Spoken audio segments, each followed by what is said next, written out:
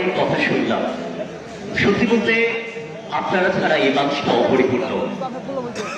আপনারা যদি তাকে ভোট দিয়ে জয়যুক্ত না করেন, আপনারা যদি তার পাশে না দাঁড়ান, তাহলে এই মানুষটার পাশে দাঁড়ানোর মতো আর কেউ থাকবে না। আমার মনে হয় এই মানুষটার পাশে আপনারা থাকবেন। এখানে দেশাল্লাইবাসী আপনারা যারা আছেন, আমার কাছে আপনারা একটা ফুলের বাগানের মতো। একটি ফুলের বাগানে শুধু গোলাপ থাকে না, একটি ফুলের বাগানে শুধুমাত্র জবা থাকে না, একটি ফুলের বাগানে গাঁদা থেকে শুরু করে রজনীগন্ধা থেকে শুরু করে হরেক রকমের ফুল থাকে, ফুলের গাছ থাকে। এখানে আপনারা হিন্দু মুসলমান যারা আছেন সকলে একত্রিত হয়ে আপনারা যুগের পর যুগ আপনারা সুন্দর মতো বাস করছেন। এটি একটি ফুলের বাগানের মতো। আমরা চাই এই সামাজিক সম্প্রীতি বজায় থাকুক।